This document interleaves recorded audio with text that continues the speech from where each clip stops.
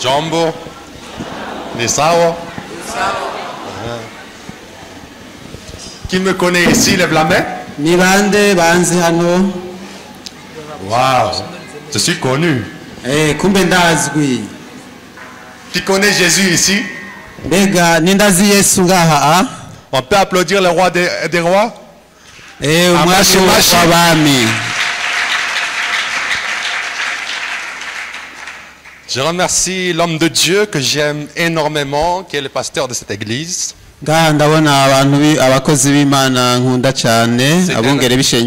C'est un ami que je connais depuis maintenant 1 an et demi. Il m'a déjà invité ici à prêcher. Et c'est une grâce encore de prêcher ici encore aujourd'hui. Je remercie également tous les pasteurs de FECABU. Et bien sûr, tous les membres ici de l'église. Moi, Nitkoa Jérémie.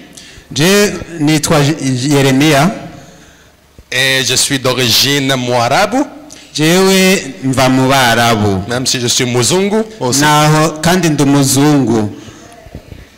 Ego. Je viens d'Algérie. Mais j'ai grandi également en France.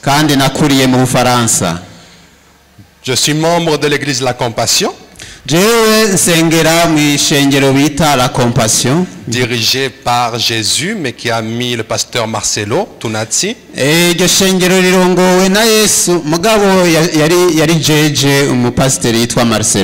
comme pasteur principal de l'église. Des fois le micro parle Swahili. Des fois il parle Kirundi. Des fois il parle français. Des fois il parle anglais. Donc il faut, hein? Faut suivre, hein? Ego. Tu peux saluer ton voisin de gauche.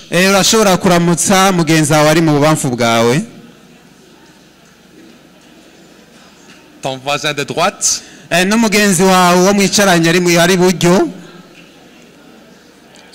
Ton voisin de devant. Ton voisin de derrière. Maintenant attention, seulement ton voisin qui te sourit.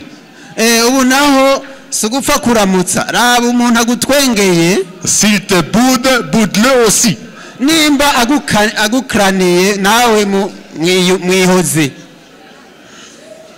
N'est-ce pas? Je peux avoir le synthé avec moi? Le piano, le synthé.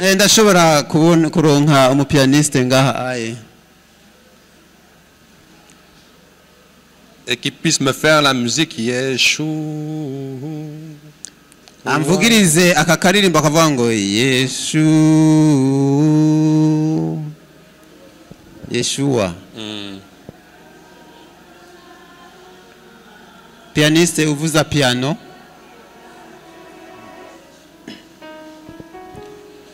Aujourd'hui, le thème du message, c'est gagneur d'âme.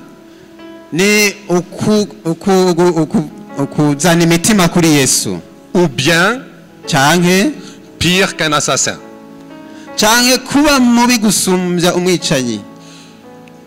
En fait, je viens à vous aujourd'hui et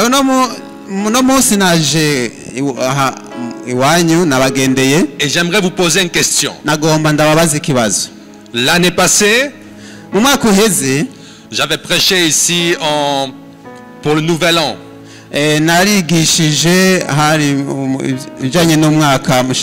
2023.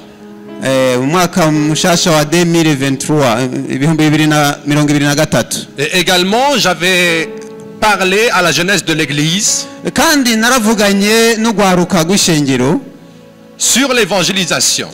kubijanye n'ivugabutumwa. Et j'aimerais savoir parmi vous, Nagomba menye muri mwebwe. est-ce qu'il y a une personne Mbega ho bariho umuntu qui a évangélisé à 5 personnes l'année passée? yoba yari yarabwiye ubutumwa abantu batanu mu mwaka uheze? 5 personnes? Abantu batanu.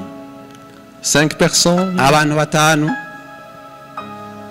Maintenant, à 2 personnes, Ubu naho ndahinduye umuntu yabwiye ubutumwa abantu babiri. 2 personnes, Abantu babiri. 2 personnes, Abantu babiri. 1 personne Basi umuntu umwe qui a évangélisé une personne inde yabwiye ubutumwa l'année umuntu passée. umwe mwaka uheze. Gloire à Dieu. Imana ishimwe. Aujourd'hui, Uno munsi j'aimerais vous parler franchement. uno munsi nagomba ndababwiza ukuri. Je ne suis pas burundais, hein, moi je suis algérien.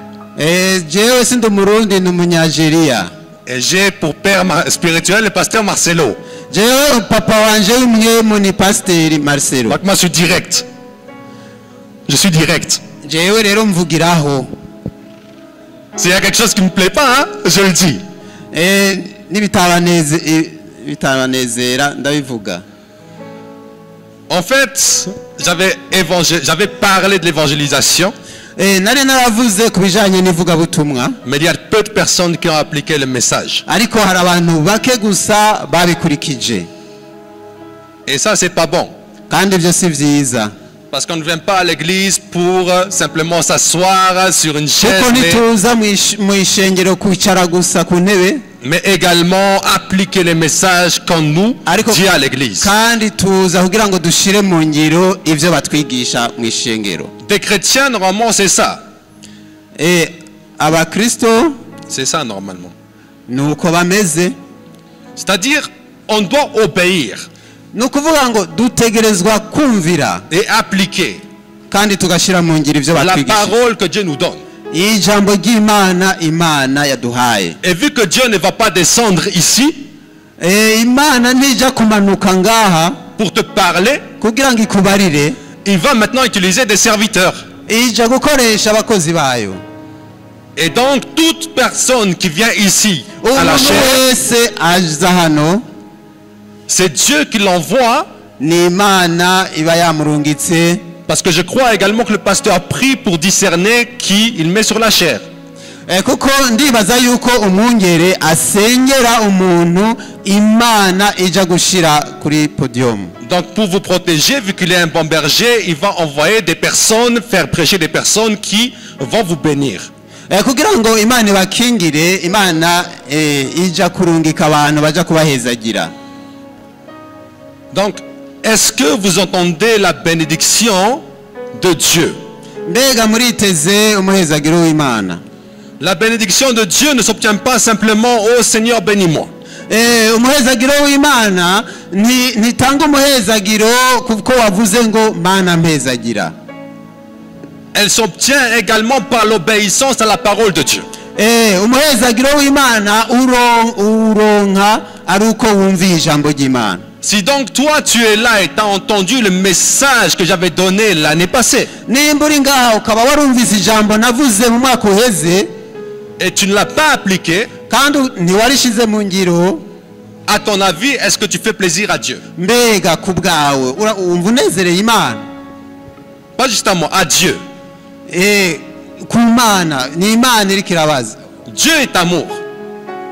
Dieu est amour. Imana ni urukundo. Mais il est également justice. Kandi ariko kandi iragororotse. Sinon le ciel, tout le monde va partir là-bas. S'il est simplement amour. Nimba Imana ari urukundo gusa, abantu bose bokwigira mu ijuru. Mes frères et mes sœurs, bene data bashikanje, je vous redis ceci. Ndasubiye kubabwira kino. L'évangélisation, ivugabutumwa, c'est l'une des obligations mu vy'Imana yadutegetse gukora, qu'un chrétien doit appliquer. Umukristo wese ategerezwa gushira mu ngiro. Ce n'est pas une option, mais une obligation. si ikintu wewe ukora uvyishakiye wihitiramo ariko ni itegeko. En d'autres termes, si tu ne vas pas annoncer Jésus, mu yandi majambo nutagenda gutangaza Yesu, tu es en train de pécher. uriko uracumura. Parce que le péché n'est pas juste la fornication par exemple. Kuko icyaha si ubusambanyi gusa nk'akarorero, le vol, ubusuma, la prostitution, ubumaraya, mais c'est également désobéir à la parole de Dieu. ariko kandi icyaha ni ukudashitsa icyo Imana yagutegetse gukora. Si maintenant ubu nyene Dieu te dit, nimba ubu nyene Imana yo kubarira, va parler de moi aux nations, genda untangaze mu mahanga, et toi tu ne lui obéis pas, hanyuma wewe ntubishire mu ngiro, tu es dans la rébellion. wewe uba uri umugarariji. Qui est avec moi? Ninde ariko arankurikira? Si Christ te dit, va maintenant, sois la lumière du monde, Imana ikubwira ati bumuco w'isi w'amahanga, et toi tu lui désobéis, nawe ukamugambararira, tu es dans la rébellion. wewe uba uri umugarariji. Et la rébellion ne mène pas au ciel. C'est pas parce que tu t'assois à l'église que tu vas aller au ciel. Kandi ubugarariji ntibushikana umuntu mu ijuru. Ce n'est pas parce que tu t'assois sur une chaise à l'église Si kubera wicaye ku ntebe mu ishengero et dire Jésus est Seigneur que tu iras au ciel. hanyuma Yesu ni umwami wawe, sico kizotuma uja mu ijuru. Parce que ma Bible à moi me dit Kubera Bibiliya yanje irambarira que les démons reconnaissaient Jésus comme fils de Dieu. iyo n'abadayimoni bari bazi ko Yesu ari umwana w'Imana. Donc c'est pas le fait de reconnaître Jésus comme fils de Dieu qui sauve. Si ico rero cotuma ukizwa. Sinon, kubera ahandi ho les démons et Satan iront aussi au ciel. ahandi ho abadayimoni na Satani nabo nyene bohava baja mu ijuru. Parce que lui connaît que Jésus est le sauveur. Kuko Satani we warazi ko Yesu ari umukiza. Il connaît que Jésus est le fils de Dieu. Arazi ko Yesu ari umwana w'Imana. Il connaît ça. Arabizi. Croire en Christ, c'est également obéir à Christ. Kwizera Yesu ivyo navyo no kumvira Imana, no kumvira Yesu. Et c'est ce qui fait. Des fois le micro parle Swahili. Rimwe na rimwe mikro irashobora kuvuga Igiswahili. Des fois il parle Kirundi. Ahandi nawe akavuga Ikirundi. Des fois il parle le français. Ahandi nawe akavuga Igifaransa. Des fois il parle anglais. Donc il faut, hein? Ahandi nawe akavuga Icongereza. Il faut suivre, hein? Mukurikire. Ego. Tu peux saluer ton voisin de gauche. Urashobora kuramutsa mugenzi wawe ari mu bubamfu bwawe. Ton voisin de droite. N'umugenzi wawe wo mwicaranye ari buryo. Ton voisin de devant. Umugenzi wawe ari imbere yawe. Ton voisin de derrière. Uwicaye inyuma yawe muramutse nawe. Maintenant attention, seulement ton voisin qui te sourit. Ubu naho sugupfa kuramutsa, raba umuntu agutwengeye. S'il te boude, boude-le aussi. Nimba agukraniye nawe mwihoze. N'est-ce pas? Sivyo?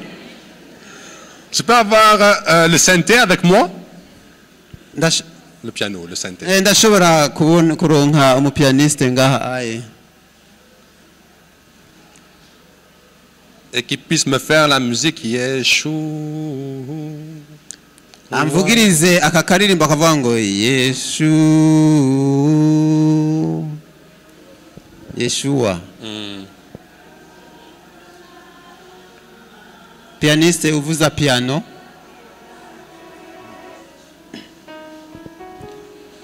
Aujourd'hui, le thème du message, Uno munsi cigwa tugiye kwiga c'est gagneur d'âme.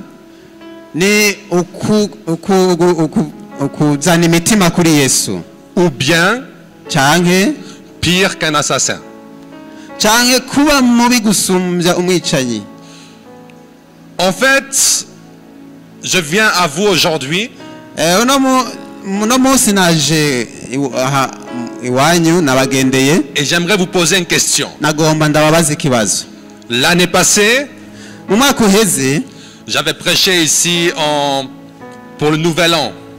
narigishije hari ijanye n'umwaka mushasha 2023. umwaka mushasha wa 2023 2023. Et également j'avais parlé à la jeunesse de l'église kandi naravuganye n'ugwaruka gw'ishengero sur l'évangélisation. Kubijanye n'ivugabutumwa. Et j'aimerais savoir parmi vous, nagomba menye muri mwebwe, est-ce qu'il y a une personne mbega ho bariho umuntu qui a évangélisé à 5 personnes l'année passée? yoba yarabwiye ubutumwa abantu batanu mu mwaka uheze? 5 personnes? Abantu batanu. 5 personnes? Abantu batanu. Maintenant à 2 personnes. Ubu naho ndahinduye umuntu yabwiye ubutumwa abantu babiri. 2 personnes? Abantu babiri. 2 personnes? Abantu babiri. Une personne. Basi umuntu umwe qui a évangélisé une personne l'année passée. Mwaka uheze. Gloire à Dieu. Imana ishimwe. Aujourd'hui, uno munsi j'aimerais vous parler franchement. Uno munsi nagomba ndababwiza ukuri. Je ne suis pas burundais, hein, moi je suis algérien. Jewe sindi Murundi ni Munyageria. Et j'ai pour père spirituel le pasteur Marcelo. Jewe papa wanje umwe ni pasteur Marcelo. Donc moi je suis direct. Je suis direct. Jewe rero mvugiraho. S'il y a quelque chose qui ne me plaît pas, hein, je le dis. Bitabanezera ndabivuga. En fait, j'avais parlé de l'évangélisation. Mais il y a peu de personnes qui ont appliqué le message. Et ça, c'est pas bon. Parce qu'on ne vient pas à l'église pour simplement s'asseoir sur une chaise, mais également appliquer les messages qu'on nous dit à l'église. Des chrétiens, normalement, c'est ça. C'est ça, normalement. C'est-à-dire, on doit obéir. Des fois, le micro parle Swahili. Des fois, il parle Kirundi. Des fois, il parle français. Des fois, il parle anglais. Donc, il faut, hein? Faut suivre, hein? Ego. Tu peux saluer ton voisin de gauche.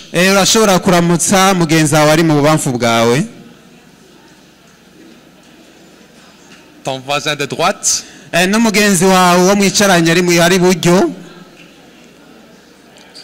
Ton voisin de devant. Ton voisin de derrière. Maintenant, attention, seulement ton voisin qui te sourit.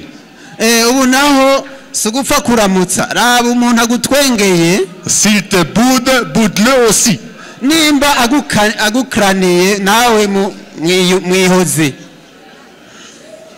N'est-ce pas? Je peux avoir le synthé avec moi? Le piano, le synthé.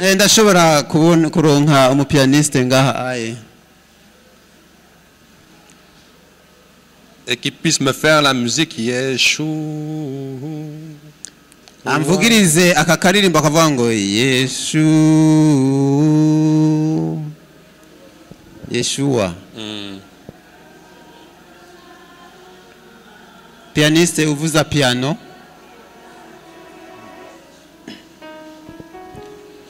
Aujourd'hui, le thème du message, c'est gagneur d'âme.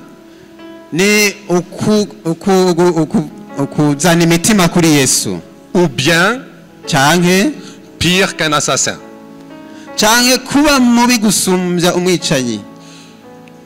En fait, je viens à vous aujourd'hui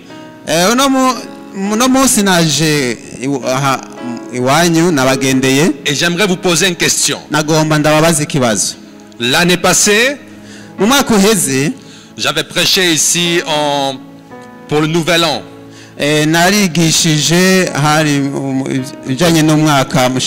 2023.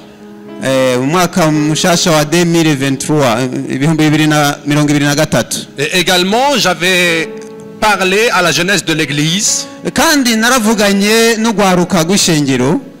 sur l'évangélisation. Et j'aimerais savoir parmi vous, est-ce qu'il y a une personne qui a évangélisé à 5 personnes l'année passée? 5 personnes? 5 personnes? Maintenant, à 2 personnes? 2 personnes? 2 personnes?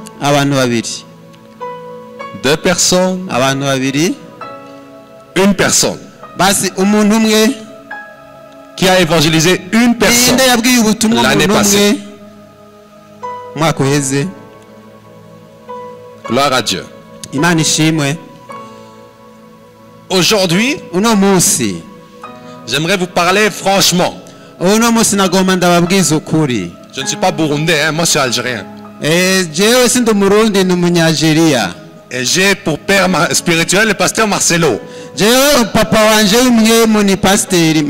moi je suis direct. Je suis direct. S'il y a quelque chose qui ne me plaît pas, hein, je le dis.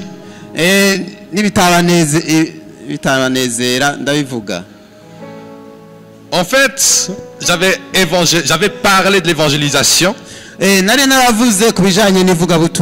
il y a peu de personnes qui ont appliqué le message. Et ça, c'est pas bon. Parce qu'on ne vient pas à l'église pour simplement s'asseoir sur une chaise, mais également appliquer les messages qu'on nous dit à l'église. Des chrétiens, normalement, c'est ça. C'est ça, normalement. C'est-à-dire, on doit obéir et appliquer la parole que Dieu nous donne. Et vu que Dieu ne va pas descendre ici pour te parler, il va maintenant utiliser des serviteurs. Et donc toute personne qui vient ici à la chair, c'est Dieu qui l'envoie. Parce que je crois également que le pasteur a pris pour discerner qui il met sur la chair.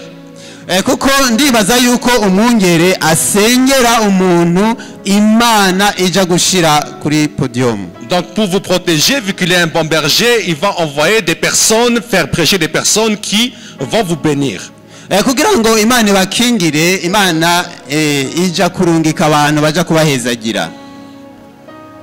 Donc, est-ce que vous entendez la bénédiction de Dieu?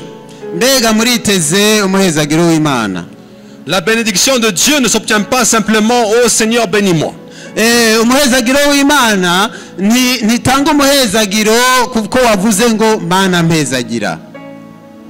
Elle s'obtient également par l'obéissance à la parole de Dieu.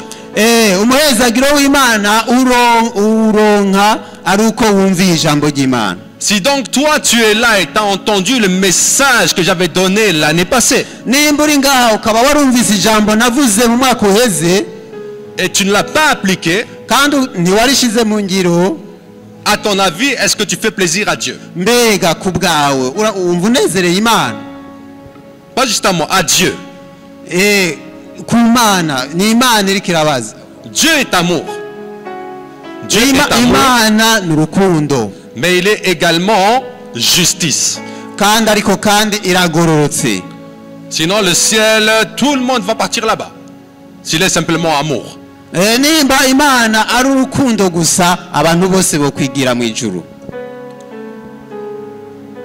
Mes frères et mes sœurs, bene data bashikanje,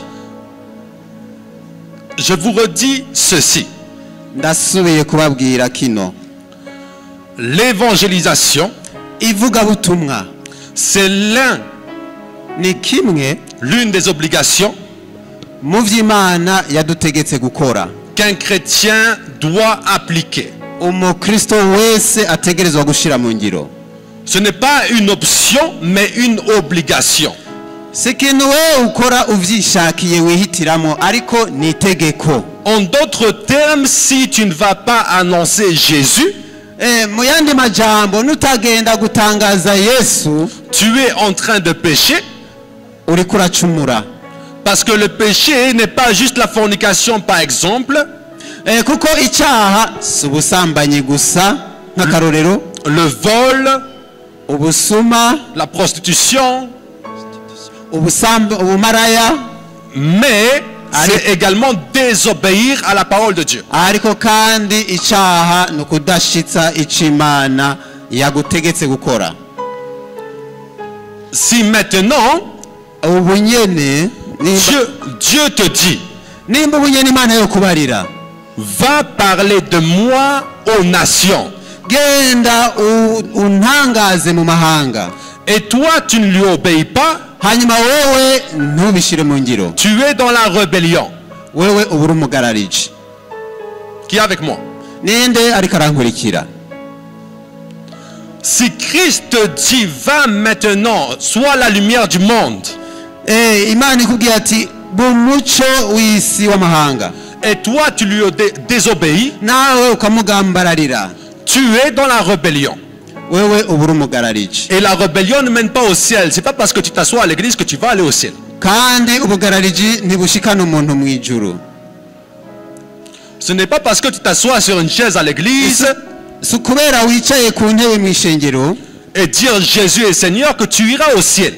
hanyuma Yesu n'umwami wawe, sico kizotuma uja mu ijuru. Parce que ma Bible à moi me dit Kubera Bibiliya yanje irambarira que les démons reconnaissaient Jésus comme fils de Dieu. iyo n'abadayimoni bari bazi ko Yesu ari umwana w'Imana. Donc c'est pas le fait de reconnaître Jésus comme fils de Dieu qui sauve. Si ico rero cotuma ukizwa. Sinon, kubera ahandi ho les démons et Satan iront aussi au ciel.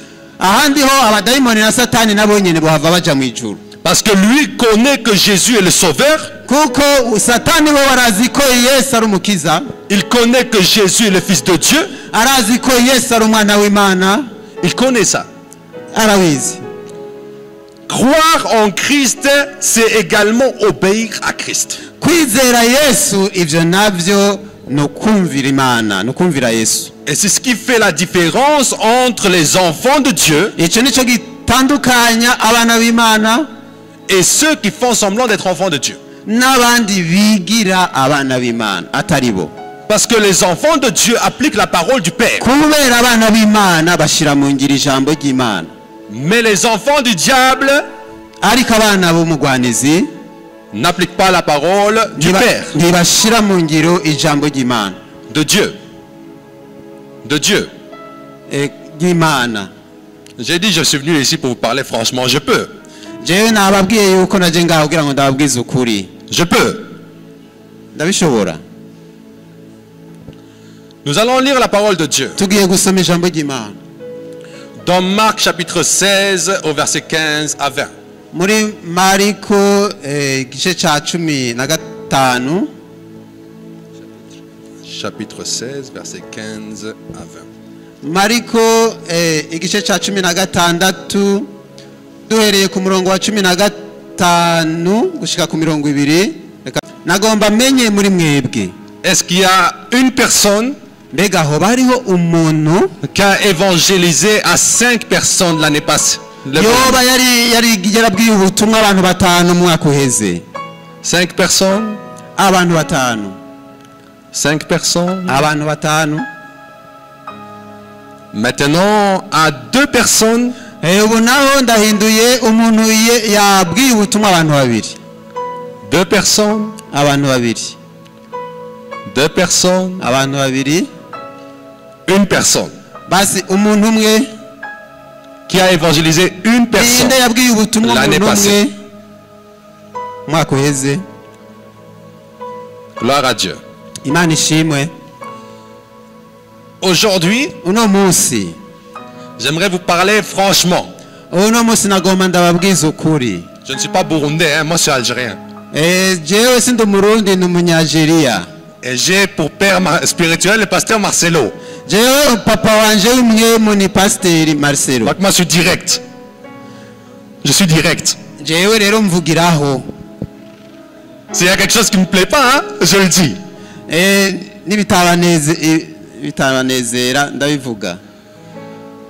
En fait, j'avais parlé de l'évangélisation. Mais il y a peu de personnes qui ont appliqué le message. Et ça, c'est pas bon. Parce qu'on ne vient pas à l'église pour simplement s'asseoir sur une chaise, mais également appliquer les messages qu'on nous dit à l'église. Des chrétiens, normalement, c'est ça. C'est ça, normalement. C'est-à-dire, on doit obéir et appliquer la parole que Dieu nous donne. Et vu que Dieu ne va pas descendre ici pour te parler, il va maintenant utiliser des serviteurs. Et donc toute personne qui vient ici à la chair, c'est Dieu qui l'envoie. Parce que je crois également que le pasteur prie pour discerner qui il met sur la chair.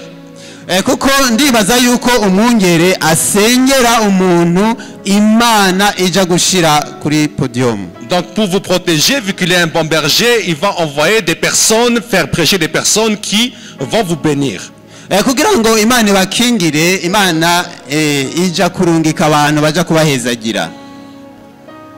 Donc, est-ce que vous entendez la bénédiction de Dieu? La bénédiction de Dieu ne s'obtient pas simplement « Oh Seigneur, bénis-moi ».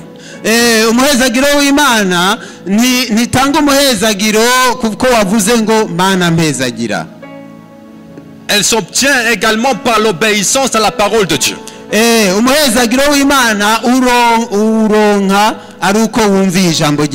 Si donc toi tu es là et tu as entendu le message que j'avais donné l'année passée, et tu ne l'as pas appliqué, à ton avis, est-ce que tu fais plaisir à Dieu? Pas juste à moi, à Dieu. Dieu est amour. Dieu est amour. Mais il est également justice. Sinon le ciel, tout le monde va partir là-bas. S'il est simplement amour.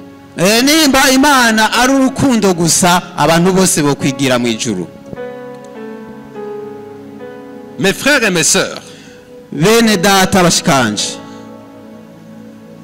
je vous redis ceci. L'évangélisation, c'est l'une des obligations qu'un chrétien doit appliquer. Ce n'est pas une option, mais une obligation.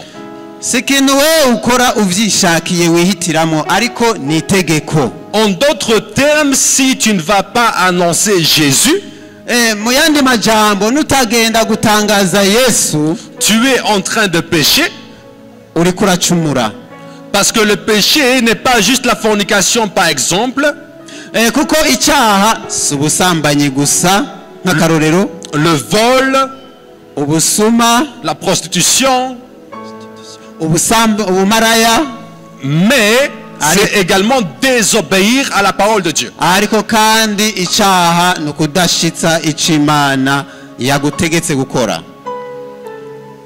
Si maintenant Dieu te dit, va parler de moi aux nations.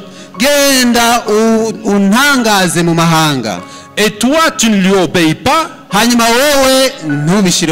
Tu es dans la rébellion. Qui est avec moi? Si Christ te dit, va maintenant, sois la lumière du monde. Et toi, tu lui désobéis. Tu es dans la rébellion. Et la rébellion ne mène pas au ciel. C'est pas parce que tu t'assois à l'église que tu vas aller au ciel.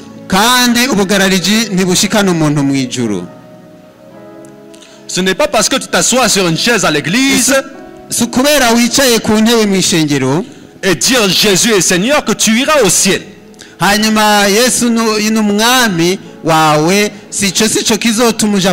Parce que ma Bible à moi me dit que les démons reconnaissaient Jésus comme fils de Dieu. Donc c'est pas le fait de reconnaître Jésus comme fils de Dieu qui sauve. Sinon, les démons et Satan iront aussi au ciel. Parce que lui connaît que Jésus est le sauveur. Il connaît que Jésus est le fils de Dieu. Il connaît ça. Croire en Christ, c'est également obéir à Christ.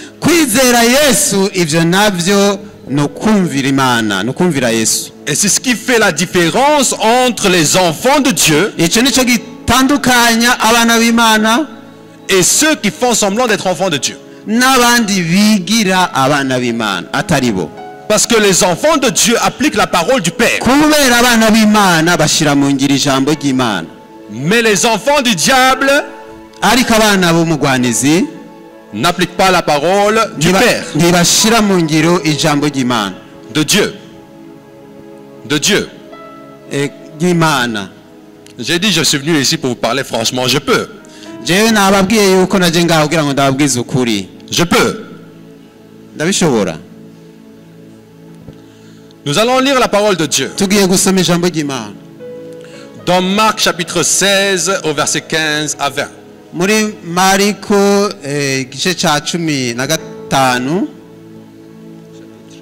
Chapitre 16 verset 15 à 20. Mariko igice cha 16 duhereye ku murongo wa 15 gushika ku 20. Est-ce que tu es réellement le sel de la terre? Sois-le. Aujourd'hui, prends la décision. Il faut l'être.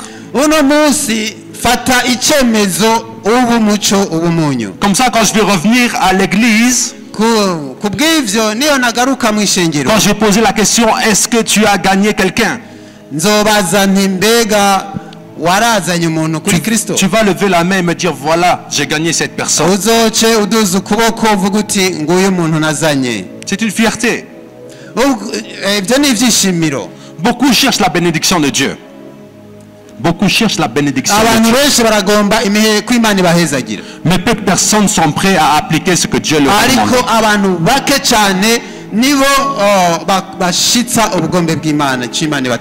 Et j'aimerais vous dire ceci, les païens aussi se marient.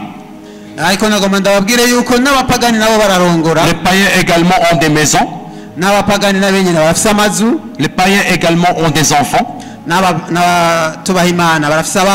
Les païens ont des voitures. Ils ont des biens. Ou bien vous pensez qu'il y a juste les chrétiens qui peuvent avoir ça? Ou bien vous pensez que c'est juste les chrétiens qui peuvent avoir ça?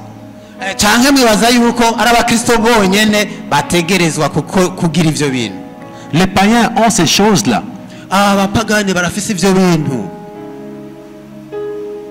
Donc nous devons être de ceux qui regardent d'abord au royaume de Dieu. Qu'est-ce que Dieu veut?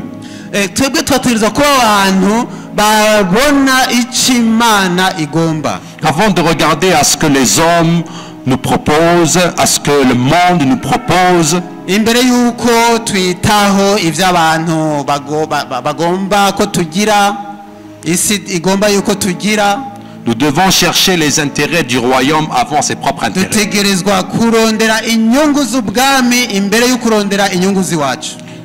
Parce que à chaque fois que tu vas lever tes mains pour dire oh Imana, igihe cyose uzoduza amaboko ugomba kuvuga ngo Imana, Dieu va regarder l'état de tes mains. Est-ce qu'ils sont remplis de sang ou bien est-ce qu'ils sont propres?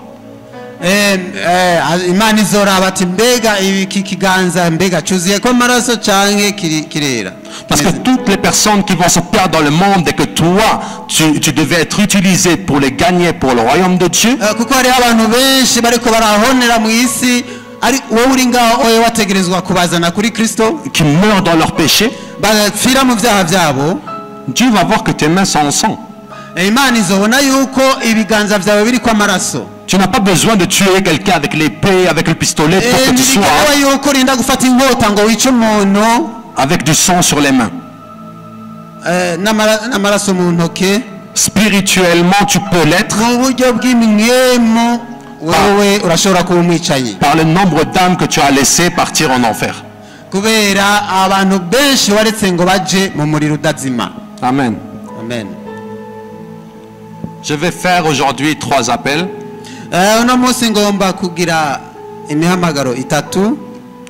Le premier appel, c'est pour des personnes qui n'ont jamais accepté Christ de leur vie et qui veulent aujourd'hui se repentir et donner leur vie à Christ. Si tu es là, je t'invite à t'approcher.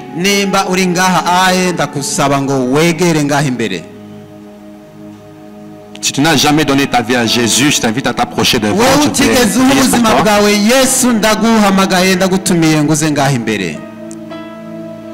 Deuxième appel, mais qui remplit aussi le premier, mais qui remplit également le premier, qui est dans le même sujet. Pour des personnes qui vont se repentir et dire Seigneur, aujourd'hui je veux vraiment appliquer ta parole.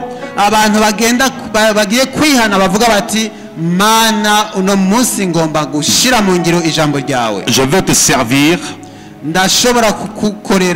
Pardonne-moi d'avoir laissé beaucoup d'âmes partir loin de toi. Si tu es là, je t'invite à t'approcher.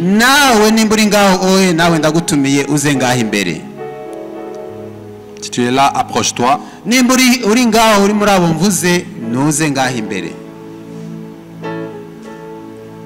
N'aie pas honte du regard des hommes, mais aie peur du regard de Dieu.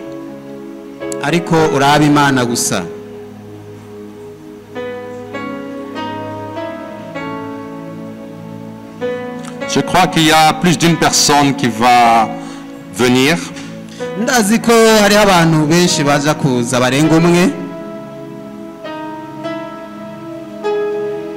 N'endurcis pas ton cœur à l'appel de Dieu.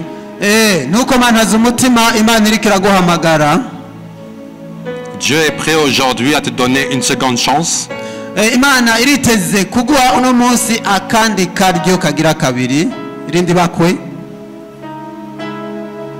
Dieu est prêt aujourd'hui à te faire marcher avec lui.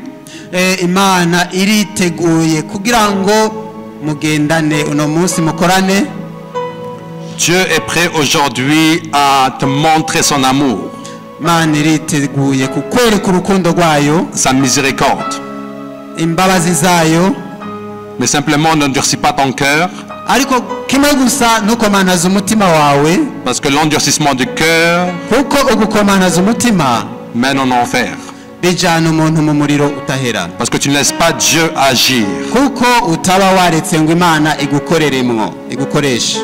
Et lorsqu'un cœur est endurci, Dieu ne peut pas faire ce qu'il désire avec ce cœur-là.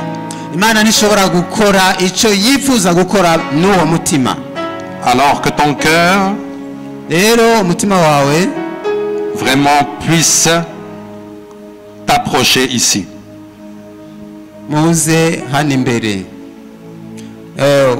woroshe umutima wawe uze ngaho imbere.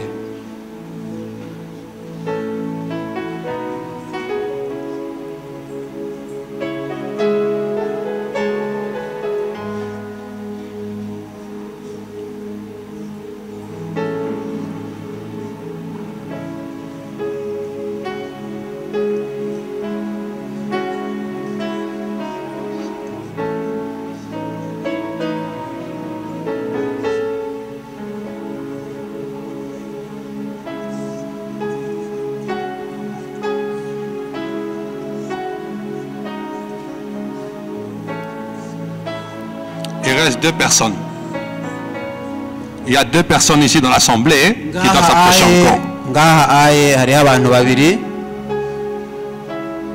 Il y a 2 personnes qui doivent s'approcher encore.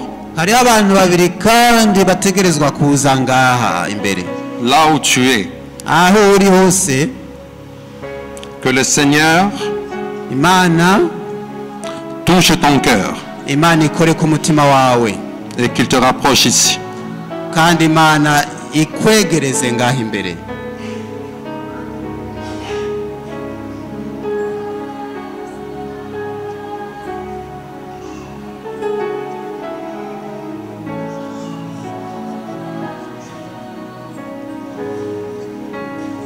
Nous allons prier. Tugiye gusenga. Vous allez répéter après moi. Namwe murasubiramwo. Seigneur Jésus-Christ. Mwami Yesu. Aujourd'hui, je m'approche de toi. Car je crois que tu es mon Dieu. Et que tu es miséricordieux. Tu es amour. Seigneur, je prie que tu puisses me donner une seconde chance. Oui, j'ai péché. Je n'ai pas obéi à ton appel.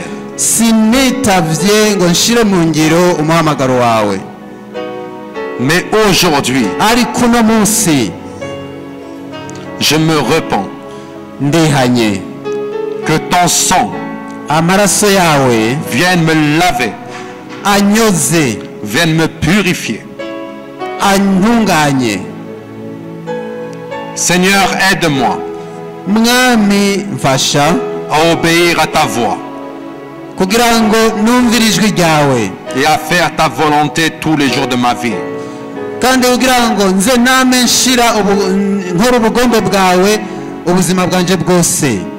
Merci Jésus-Christ.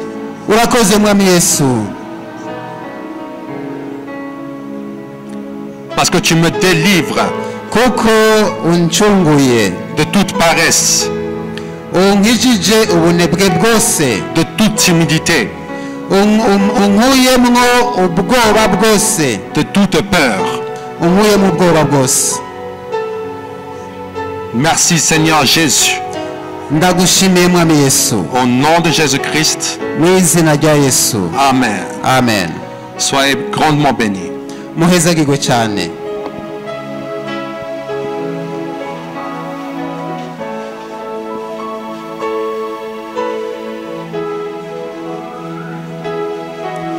Deuxième appel. Si tu es une personne qui est venue dans l'église et qui a des douleurs dans son corps, Dieu m'a fait grâce de prier pour les malades et les malades soient guéris.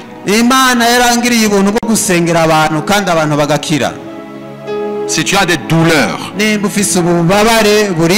dans ton corps, je t'invite à t'approcher, je prie pour toi.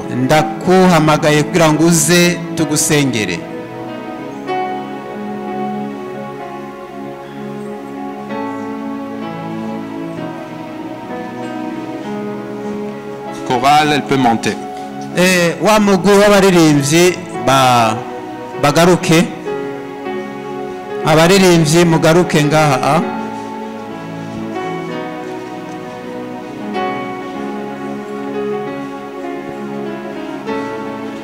Vous allez faire le chant là que vous faites. Là, j'entends mes oreilles là. muraja kubandanya ku karirimbo numvise mwariko muraririmba ngaho Adonai. Adonai.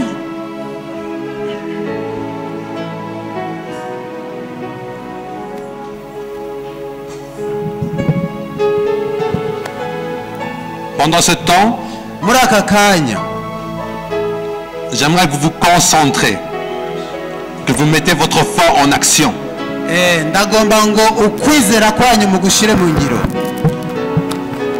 Jésus a dit dans sa parole, c'est par les meurtrissures de Christ que nous sommes guéris. Et nous voyons beaucoup de miracles que Jésus a fait dans la parole.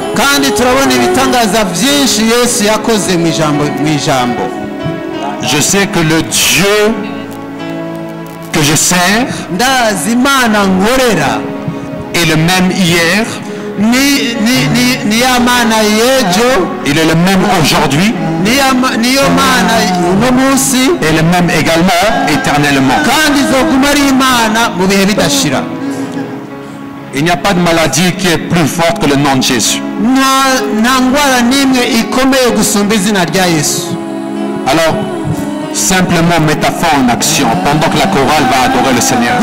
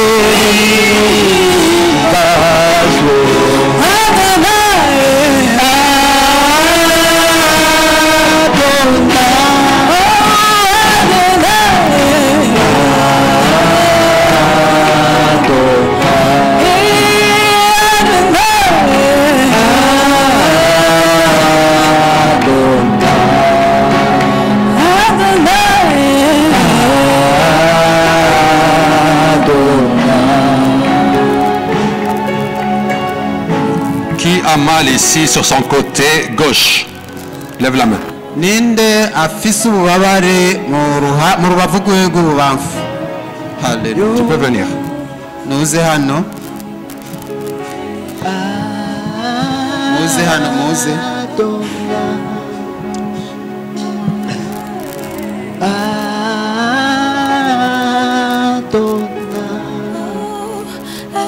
Seigneur, je déclare maintenant la guérison totale au nom de Jésus. Reçois ta guérison. Reçois ta guérison. Reçois ta guérison. Reçois ta guérison. Reçois. Reçois. Reçois. Reçois. Maintenant. Maintenant. Maintenant. Maintenant. Maintenant. Je prie que toute douleur quitte ton corps au nom de Jésus. Toute douleur quitte maintenant au nom de Jésus. Je proclame la guérison totale au nom de Jésus. Amen. Comment tu vas?